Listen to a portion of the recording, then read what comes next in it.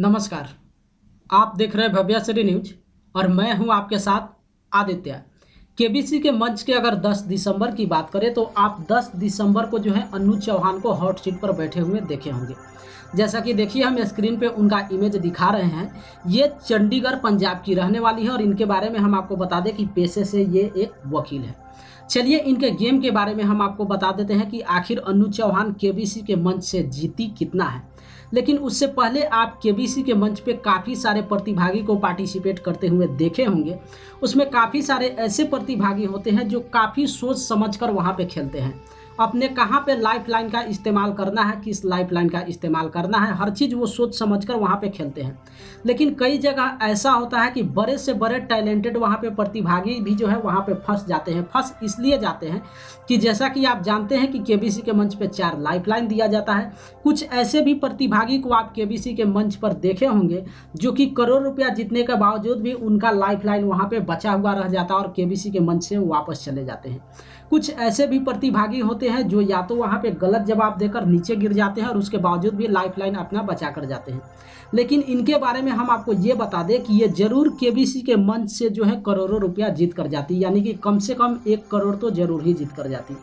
ऐसा हम इसलिए बता रहे हैं कि इनके खेलने के अंदाज से या फिर जिस तरीके से इनके पास जीके का नॉलेज था, काफ़ी बेहतर तरीके से ये केबीसी के मंच पे अपना गेम खेली और उसी के बदौलत जो है वो यहाँ से 25 लाख रुपया जीत कर गई हैं।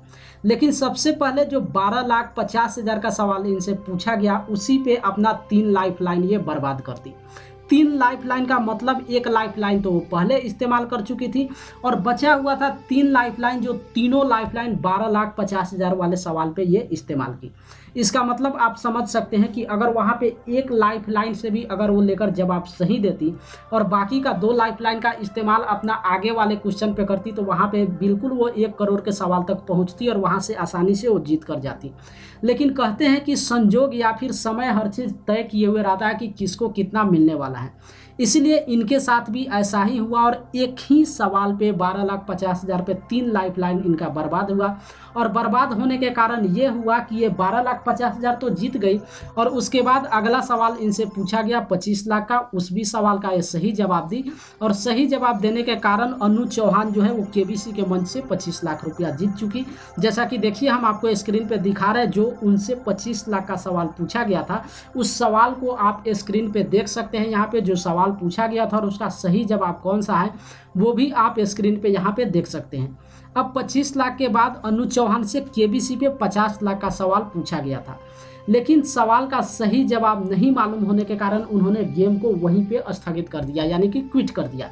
अब गेम को क्विट करने का मतलब आप समझ सकते हैं कि जब 50 लाख का सवाल उनसे पूछा गया और वो गेम को क्विट की, इसका मतलब है कि वो केबीसी के मंच से 25 लाख रुपया जीत कर गई।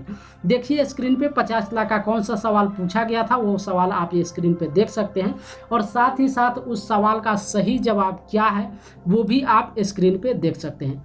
तो इस तरीके से कहते हैं केबीसी के मंच पे कुछ ऐसे भी प्रतिभागी को हम देखे हैं कि 50 लाख तक जीतने के बाद भी गलत जवाब देकर नीचे गिरे हैं। लेकिन कुछ ऐसे भी प्रतिभागी होते हैं, उसी प्रतिभागी में से ये एक है अन्नू चौहान।